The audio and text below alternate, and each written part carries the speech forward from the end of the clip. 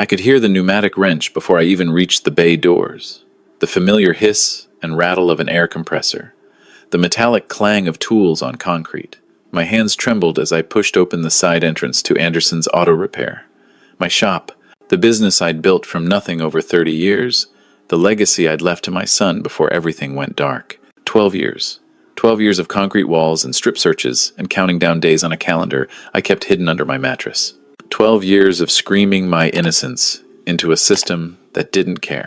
And now, finally free after the real embezzler confessed on his deathbed, I'd driven straight from the Colorado State Penitentiary to Fort Collins, to the garage on Maple Street that still bore my name. But the man I saw lying under a '98 Chevy Silverado wasn't running this place. He was covered in grease, his coveralls torn at the knee, working with the desperate efficiency of someone paid by the hour instead of someone who owned every tool in this building. Marcus? My voice cracked. The creeper rolled out from under the truck. My son, my boy. Except he wasn't a boy anymore. He was 38 now, with threads of gray in his dark hair and crow's feet around his eyes. But it was his expression that gutted me. The moment of joy, then recognition, then something else. Fear. He glanced over his shoulder toward the office. "Dad?" He scrambled to his feet, his movements jerky. "What are you doing here? What am I doing here?" I looked around the garage. 3 bays, all full. A row of cars waiting outside. Business looked good. But Marcus was dressed like any other mechanic, not the owner. "This is my shop, son. Our shop." I came straight here because I thought, "Mr. Anderson?" A woman's voice, sharp as a blade, cut through the air. I turned to see a blonde woman in her mid-30s striding out of the office. She wore designer jeans and a leather jacket that probably cost more than Marcus made in a month. I didn't recognize her. "I'm going to have to ask you to leave. This is a private business." "Private?" I felt my blood pressure spike. "Lady, I don't know who you are, but this shop has been in my family since 1992. That's my name on the building." She smiled, but it didn't reach her eyes. "Actually, this business belongs to the Hartley Automotive Group. Has for the past 11 years. I'm Jennifer Hartley Anderson, Marcus's wife." She said his name like she owned it. "And you're trespassing." The world tilted. I grabbed the workbench to steady myself. "Marcus? What is she talking about?" My son couldn't meet my eyes. "Dad, after you. After the conviction, Mom got sick. The cancer came back. She needed treatment, and we didn't have the money. Jennifer's family, they helped us. They bought the shop, but said I could keep working here." "Bought it?" The words felt like gravel in my throat. "Your mother left this to you in her will. I made sure of that before I stopped. Before I went away, before the prosecutors convinced a jury I'd embezzled $200,000 from the construction company where I'd worked as a foreman. Money I'd never seen, never touched. Money that Stuart Brennan had taken, but blamed on me because I couldn't afford a lawyer who gave a damn. Mom signed the papers when she was sick," Marcus said quietly. "The Hartleys paid for her treatments, hospice care, everything, in exchange for the shop, and he stopped." "And what?" "The house," he finished, barely above a whisper. "Your house. Our house." I stared at him. The house on Cottonwood Drive. 3 bedrooms, a garage I'd built myself, a workshop in the back where I'd taught Marcus to weld when he was 15. The house where I'd brought my bride after our wedding. Where Marcus had taken his first steps. Where Sarah had died, in our bedroom, with Marcus holding one hand and me holding the other, 2 months before my trial. "You're living there, though, right?" I said, already knowing the answer from his face.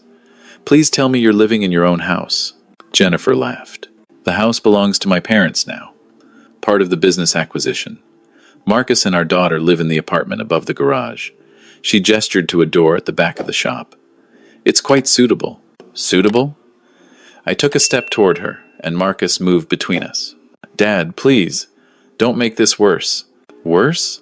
I couldn't believe what I was hearing. "Son, you're living above your own garage, working in your own shop, for this woman's family. How did this happen?" "I just told you how." Jennifer's voice hardened. "Your wife was dying. Your son was 26 with a baby and no money. My father offered to help. Marcus signed the paperwork. All very legal, all very binding. I was in prison for a crime I didn't commit, I said. My conviction was just overturned. Exonerated.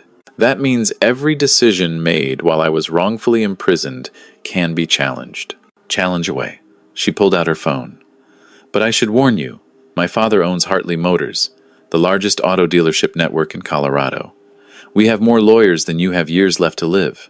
And if you set foot on this property again, I'll have you arrested for trespassing. I'm sure your parole officer would love to hear about that. I'm not on parole, I said through gritted teeth. I was exonerated. There's a difference. She was already walking back to the office. Marcus, get back to work. That Silverado needs to be done by 3. The door slammed behind her. I looked at my son, really looked at him. The slump in his shoulders, the grease ground so deep into his hands it would never come out. The way he wouldn't meet my eyes. Where's your daughter? I asked. My granddaughter. Emma, right? Sarah had sent me pictures before she died. A tiny baby with Marcus's dark eyes. She's at school. How old is she now? 11. He hesitated. Dad, maybe you should go. Jennifer's serious about calling the cops. I just got out of prison, Marcus. I'm not afraid of cops anymore. But I was afraid of something else. The defeat in my son's voice. The way he'd given up. I'm staying at the Sunset Motel on Highway 14, room 127. Will you come see me? Tonight? Bring Emma? I don't know if... Please. I put my hand on his shoulder. He was taller than me now. When had that happened? Just dinner. Pizza. Let me meet my granddaughter. He finally met my eyes. For a second, I saw the boy who used to hand me tools in this very garage, who'd believed his dad could fix anything. Okay, he said. 7 o'clock. I left before Jennifer could call the cops.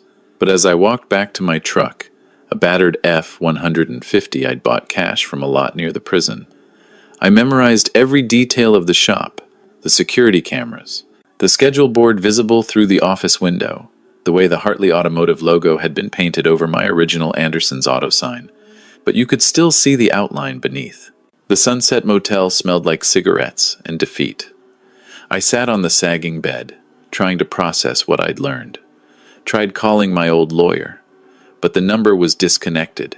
Tried calling the legal aid office, but they said I'd need to make an appointment. Everything moved so slow on the outside. In prison, time dragged. But out here, the world had moved on without me. At 6:45, I walked to the pizza place across the street, ordered a large pepperoni and a large cheese, got a 2-liter of Coke, walked back and waited. 7 came and went, so did 7:30. At 7:45, I was reaching for my phone when I heard a knock. Marcus stood there alone. Where's Emma? I asked, trying to hide my disappointment. Homework. He wouldn't look at me. She doesn't. Dad, Jennifer doesn't want her to know about you, about prison. She thinks it's better if she doesn't know her grandfather exists? I held the door open. Get in here. We ate pizza in silence for a few minutes.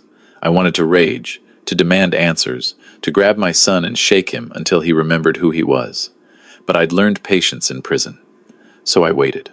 Tell me about Emma, I finally said. His face softened. She's amazing. Smart. Loves books. She's in special ed, but... Special ed? Why? They tested her in kindergarten. Said she was developmentally delayed. But I don't believe it, Dad. She taught herself to read at 4. She does these number puzzles, these patterns. Jennifer's mother insists she needs the extra help, that we're in denial. Jennifer's mother. I set down my slice. Does she live in my house too? Dad. It's a simple question. Catherine and Donald Hartley live there. Yes. Jennifer wanted to be close to them after Emma was born. They have the master bedroom. Marcus and I. He stopped. We had the guest room for a while. Had? Catherine said it would be better if we moved above the garage. Give Emma her own space, she said. But really, he rubbed his face. She didn't want me in the house. Said I tracked in too much grease. Made the place smell like a garage. I had to stand up, walk to the window, or I was going to put my fist through the wall. Deep breaths. Count to 10. All the anger management techniques the prison counselor had taught me. Marcus, I said, still facing the window. I know you think they helped when Mom was sick, But what they did was take advantage of a grieving man and steal his inheritance. That's fraud. I signed the papers, under duress. While your mother was dying, I turned to face him. Did they let you have a lawyer look at the documents? They said their lawyers drew everything up properly. Dad, you don't understand. When Mom got sick again, I had nothing. No insurance, no savings. The shop was barely breaking even. I was about to lose everything when Donald approached me. He said he'd pay for everything if I let him help restructure the business. I didn't know. His voice broke. I didn't know they'd take it all. How much did they pay for the shop? $50,000. For the business and the house. I felt like I'd been punched. That property's worth $500,000. Easy. More. The shop alone generated 6 figures a year when I ran it. I know. He was crying now. I know, Dad. But what was I supposed to do? Let Mom die without treatment? She was only 53. I sat back down next to him, put my arm around his shoulders like I used to when he was little. This isn't your fault, son. But we're going to fix it. How? They own everything. They have lawyers, money. I'm just a mechanic who barely finished high school. You're Marcus Anderson, I said. And I'm Thomas Anderson. We're not just mechanics. We're craftsmen, problem solvers. And I spent 12 years in prison learning to think like a lawyer because I had nothing else to do. I'd read every law book in the prison library, studied every case about fraud, coercion, undue influence, had imagined this exact scenario 100 times. We're going to get our property back, and then we're going to get Emma out of that special ed program and let her shine. Jennifer will never agree. I don't need Jennifer to agree. I grabbed a piece of paper from the motel notepad. I need you to answer some questions. When exactly did you sign the papers? What did your mother know? Were you told you could have your own lawyer? Did anyone threaten you? We talked until midnight. Marcus told me everything. How Jennifer had seemed so kind at first, volunteering at the hospice where Sarah stayed. How she'd started dating Marcus after Sarah died, moved fast, married him within 4 months. How her father had presented the business opportunity as a generous loan that just needed some paperwork. How Marcus, drowning in grief and medical bills, had signed without reading carefully. How, slowly, the Hartleys had taken over everything. The shop, the house, his dignity, his daughter. Does Emma know that's her house? I asked. She thinks it's her grandparents' house. They moved in when she was 2. She doesn't remember anything different, but she sees you living above the garage. Jennifer says it's because I work there, that it's convenient. And Emma believes that? He shrugged. She's 11. She believes what her mother tells her. After Marcus left, I lay awake planning. I'd call legal aid in the morning, but I knew how that would go. Months of waiting for an appointment, more months for them to review the case. Years in court, maybe, fighting against a team of corporate lawyers. I didn't have years, but I had something else. 12 years of watching, listening, learning. Prison is full of people who got caught doing illegal things. And if you pay attention, you learn exactly how they got caught. You learn what mistakes to avoid. You learn how to gather evidence, how to document everything, how to build a case. The next morning, I went to the public library, used their computers to research property records, found the deed transfer for the shop and the house, $50,000 for assets worth over $500,000, signed 3 days after Sarah's funeral. Marcus had been 26, grieving, drowning in debt. Any judge would see this was unconscionable.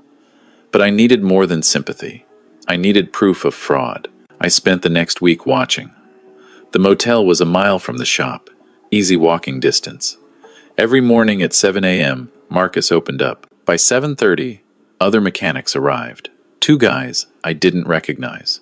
At 8 a.m., Jennifer showed up in a silver Mercedes. She'd go into the office, stay until noon, leave for lunch. On the 3rd day, I saw Emma.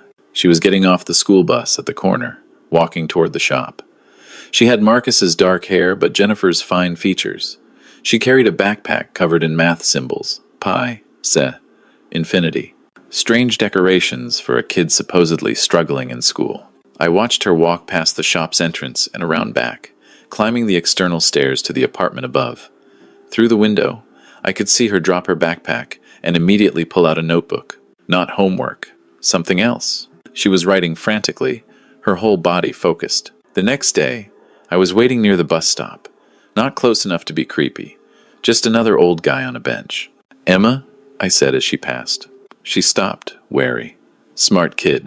I'm not supposed to talk to strangers." "I'm not a stranger. I'm your grandfather, Thomas Anderson, your dad's father." Her eyes went wide. "I have a grandfather?" My heart broke. "You do. I've been away, but I'm back now." She looked around nervously. "Mom says I don't have grandparents, that they all died." "Your grandmother did die. I'm sorry you never got to meet her. She would have loved you."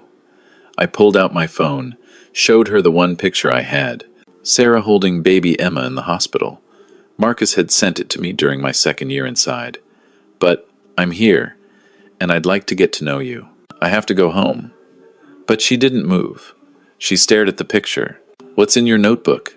I asked, gesturing to her backpack. "Nothing. Looks like math symbols on your bag." "I like math." "Defensive." "Me too." "What kind of math?" She hesitated. Then, like a dam breaking, patterns. "Number theory. I'm working on the Collatz conjecture." I blinked. The Collatz conjecture. A famous unsolved problem in mathematics. That's advanced. My teacher says I should focus on my times tables. Bitter now. Says I can't work on college math when I can't even do fourth grade multiplication. "Can you do fourth grade multiplication?" "Of course I can." She rolled her eyes. "I can do calculus, but when I showed my teacher, she said I must have copied it from somewhere. That kids like me can't do real math." "Kids like me." The words hung in the air. "Emma, has anyone ever actually tested you for gifted programs?" "Mom says special ed is where I belong, that I need extra help because I'm slow." "You're not slow." I said it with absolute certainty. "You're brilliant, and I think some people want to keep you thinking you're not." She looked at me with tears in her eyes. "Why?" "That's what I'm going to find out." I heard footsteps. Jennifer, coming around the corner. "Go on, we'll talk later." "But Emma, don't stop doing that math. Promise me." She nodded and ran. "What the hell do you think you're doing?" Jennifer grabbed Emma's arm when she reached her. "Get inside."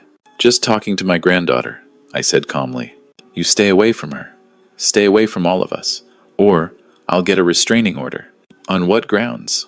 "Harassment, trespassing, being a convicted felon." "Exonerated felon," I corrected.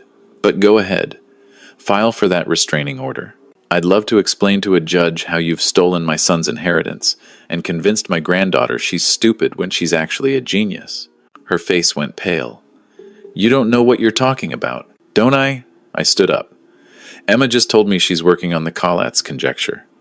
Do you even know what that is?"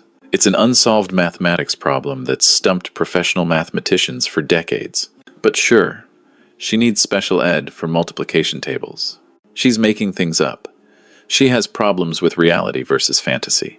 It's part of her condition." "What condition?" I stepped closer.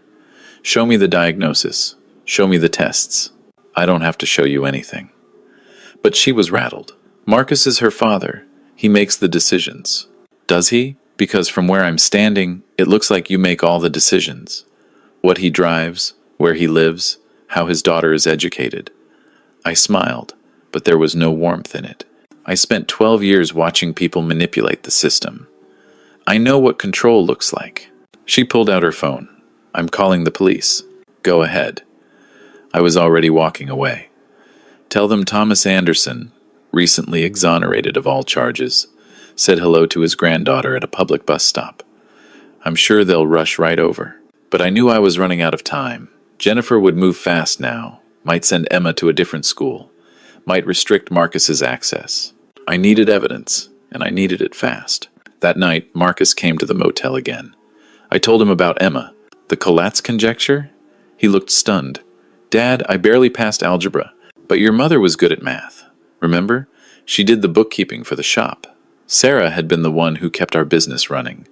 Could look at a column of numbers and spot an error instantly. It runs in families.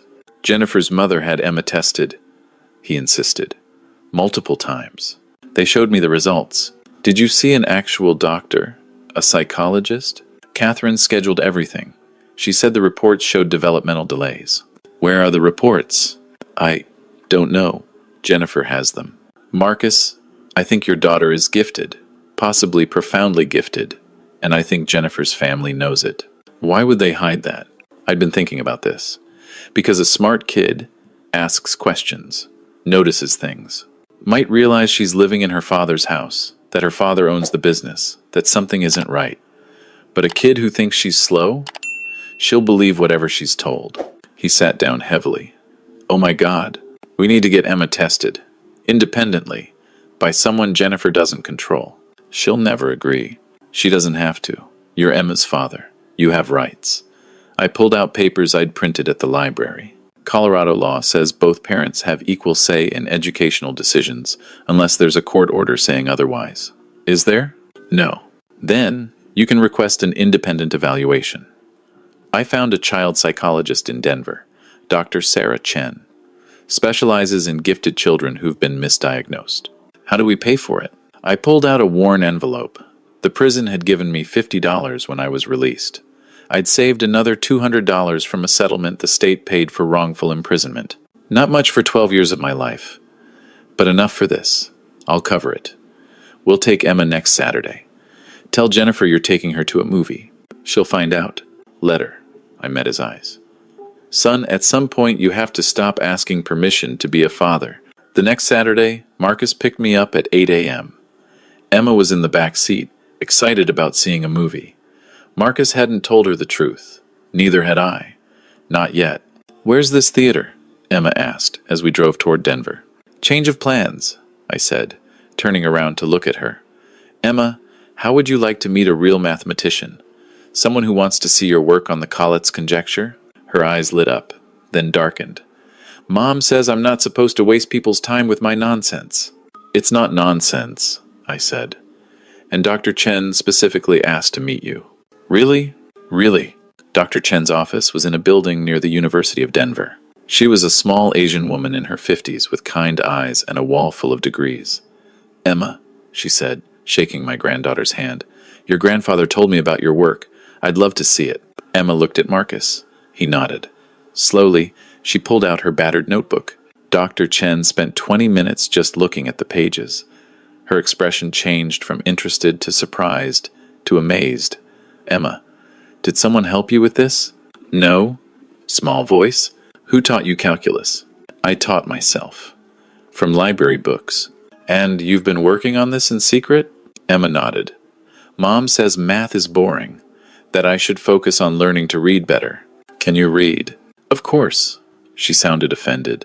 I read at a college level, but they make me use picture books in my special ed class. Dr. Chen looked at Marcus. Mr. Anderson, with your permission, I'd like to conduct a full cognitive assessment. It'll take a few hours. Will it cost? No charge, she said. This is what I call a professional courtesy. She looked back at Emma. You're a very special young lady. We waited in the lobby. Marcus paced. I read magazines, trying to stay calm. 3 hours later, Dr. Chen called us back in. Emma was sitting at a table, working on some kind of puzzle, completely absorbed. Mr. Anderson, Dr. Chen said quietly, your daughter has an IQ of 162. That's in the 99th percentile. She's what we call profoundly gifted. She pulled up charts on her computer. Her mathematical reasoning is at a graduate school level. Her verbal abilities are college level. Her spatial reasoning is off the charts. Marcus just stared. But the tests, her teachers said. May I see those evaluations? My wife has them. I'd like to see them, because what I'm looking at here is one of the brightest children I've tested in 20 years. She turned the screen to show us. Emma doesn't have any developmental delays. What she has is a mind that works so far ahead of her peers that standard teaching methods bore her. She was probably shutting down in frustration, which can look like a learning disability if you don't know what to look for. So she's been in special ed for 6 years for no reason? For the wrong reason, Dr. Chen corrected. She should be in a gifted program, with acceleration in math, certainly. She could easily handle college-level courses in number theory right now. I watched Marcus's face. Shock, anger, then determination. Can you put this in writing? He asked. I'll have a full report ready Monday. She smiled. And Mr. Anderson? Your daughter just solved a puzzle that stumps most adults. In about 15 minutes, while we were talking. She's extraordinary. On the drive home, Emma was quiet. Finally, she asked, "Am I really smart?"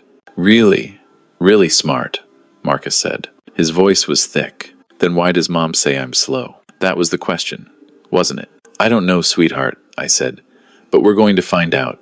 Monday morning, Dr. Chen emailed the report. 12 pages of documentation, charts, test scores, recommendations for accelerated learning, a statement that Emma's placement in special education was not only inappropriate, but potentially harmful to her development. I printed 3 copies, gave one to Marcus, kept one, sent one to the school district with a formal request for an IEP meeting to discuss Emma's placement. That afternoon, Jennifer stormed into the motel. "How dare you?" She was shaking with rage. "How dare you take my daughter to Denver without my permission?" "I didn't take her," I said calmly. "Her father did. He has equal rights." "He has no rights. I'm her mother, and he's her father. Colorado is a joint custody state. We're married. There is no custody, but there are parental rights." And Marcus exercised his.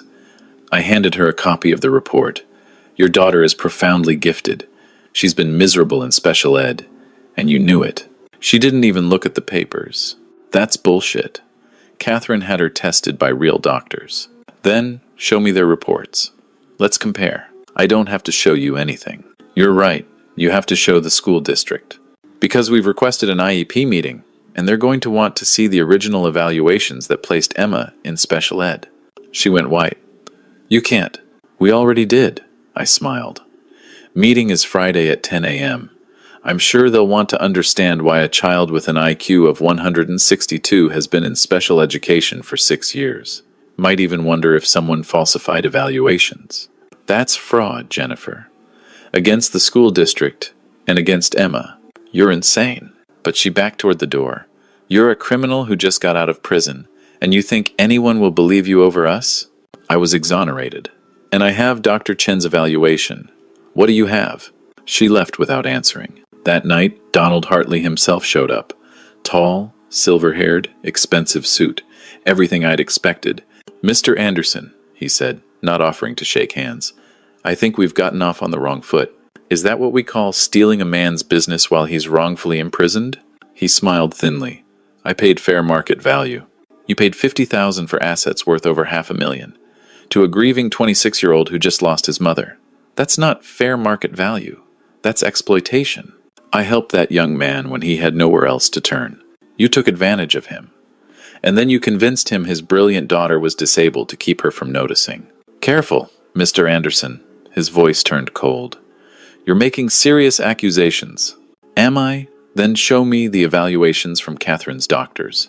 Show me proof that Emma was actually tested and diagnosed with developmental delays. That's private medical information that Marcus, as her father, has every right to see. Along with the school district, who approved Emma's placement based on that information." I leaned back. "I spent 12 years in prison learning the law, Mr. Hartley. I know what constitutes fraud. Document fraud, medical fraud, educational fraud, theft by deception. You can't prove anything." "Can't I? Because here's what I think happened. Catherine Hartley took a bright little girl to a doctor. Maybe she coached Emma first. Maybe she found a doctor who'd write whatever diagnosis she wanted. Maybe she just lied to the school district about what the tests showed. But she got Emma labeled as disabled, put in special ed, and kept her there. Why?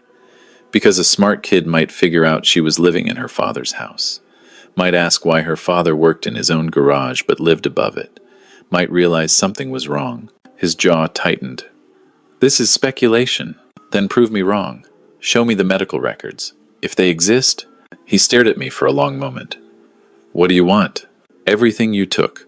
The shop, the house, full ownership back to Marcus, and compensation for 12 years of lost income." He laughed. "You're dreaming." "Maybe. But Friday at 10 a.m., the school district is going to start asking questions. And when they investigate and find out Emma was placed in special ed based on false or non-existent evaluations, they're going to call the police. And then things get really interesting, don't they?" Because fraud against a school district is a federal crime when it involves educational funding. Emma's placement meant the district received special education funding for 6 years. Funding based on false information. That's wire fraud, Mr. Hartley. That's serious prison time. His face went red.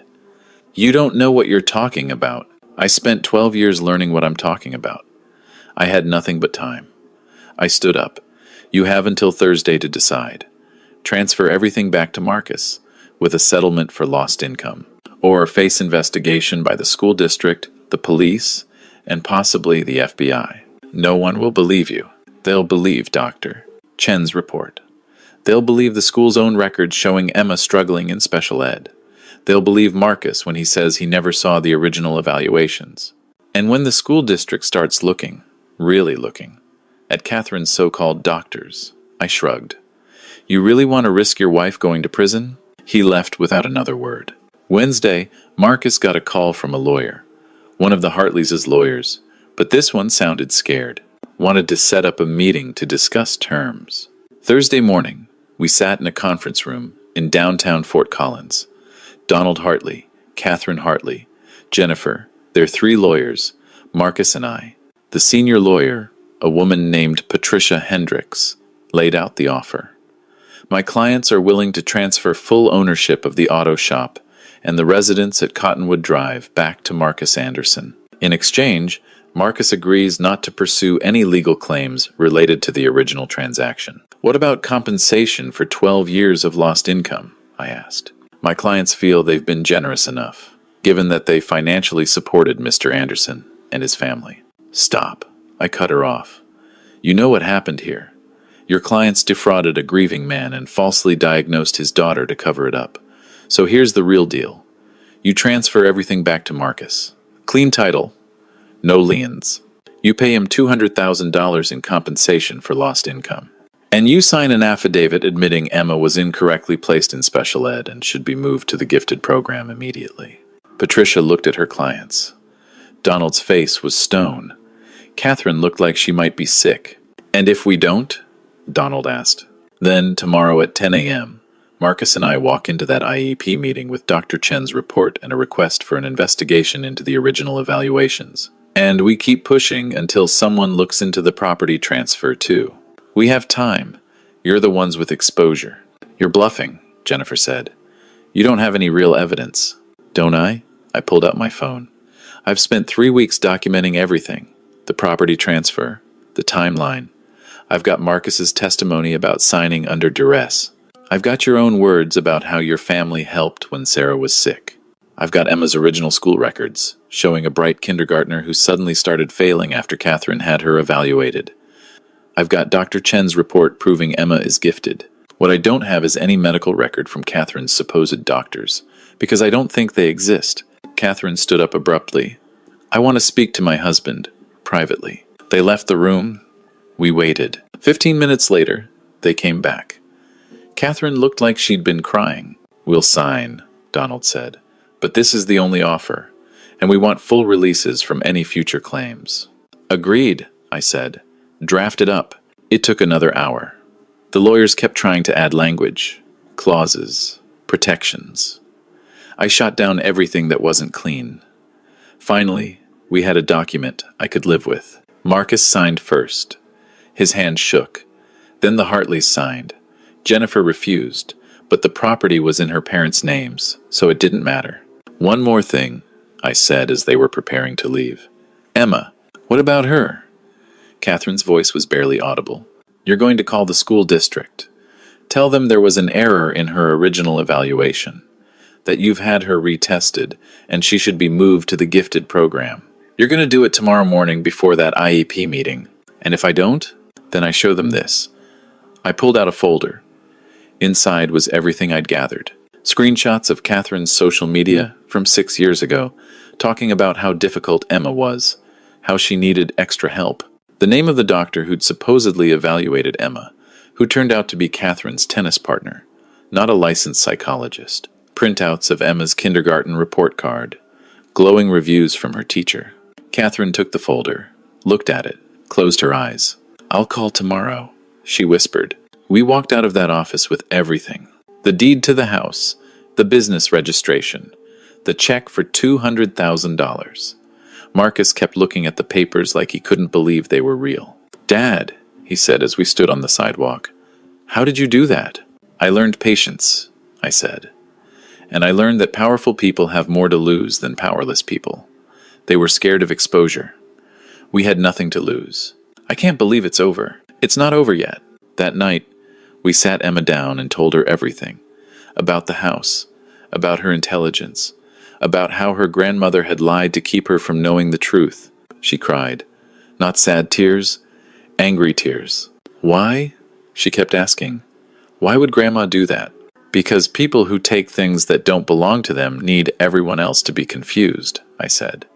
"They needed you to think you were slow so you wouldn't ask questions, wouldn't notice that you were living in your father's house, that your father owned the business. But I'm not slow. You're brilliant." Marcus pulled her close. "And we're sorry it took us so long to figure out what was happening." The IEP meeting Friday was brief. Catherine had already called, as promised. The district was apologetic, concerned, already drafting a new plan for Emma. She'd start in the gifted program Monday. They were talking about acceleration, maybe dual enrollment at the community college for math classes. Emma sat in that meeting beaming, finally being seen for who she really was. The following week, we moved back into the house on Cottonwood Drive. The Hartleys had left it in good condition, at least. Marcus took the master bedroom. Emma got her own room, not the tiny box they'd given her in the apartment. I took the guest room. Jennifer filed for divorce, said she couldn't be married to someone who betrayed her family. Marcus didn't fight it. He was done. The shop was ours again. Marcus changed the locks, repainted the sign. Anderson's Auto Repair. Like it should have been all along. Business picked up once, word got around. People remembered my dad's name, respected the work we did. Emma thrived. By Christmas, she was taking college calculus classes online. Her teachers couldn't believe how fast she learned. She started tutoring other kids in math, started entering competitions. Won her first one in March. I rebuilt the workshop in the back of the house. Taught Emma to weld, like I'd taught Marcus. She loved it. Loved understanding the physics of heat transfer, the chemistry of metals. Every weekend, we'd work on projects together while Marcus ran the shop. One Sunday afternoon, about 6 months after everything settled, Emma came into the workshop with her notebook. "Grandpa," she said, "I think I found something." "What's that?" "A pattern. In the Collatz conjecture. It's not a proof, not yet. But it's something." I looked at her work. Didn't understand half of it, but I recognized the expression on her face. Pure joy. The joy of discovery. "That's amazing, sweetheart. None of this would have happened if you hadn't come back," she said quietly. "If you hadn't seen me. Really seen me. You were always brilliant," I said. "I just helped people notice. Mom still thinks I'm making things up." She called last week, said Dr. Chen must have made a mistake, that I'm going to crash and burn in the gifted program. "Are you?" "No," she smiled. "I got a perfect score on the last math competition, and I've been asked to present my Collatz conjecture work at a symposium in Boulder next month for real mathematicians." "That's my girl." I hugged her. "You know what the best part is?" "What?" "You never stopped working on that math. Even when everyone told you that you couldn't. You believed in yourself enough to keep going." "I had to keep going," she said. "It was the only time I felt like myself." That evening, the three of us sat on the porch of our house. Our house. Marcus was telling a story about a customer who'd tried to diagnose their own car problem using YouTube and made it worse.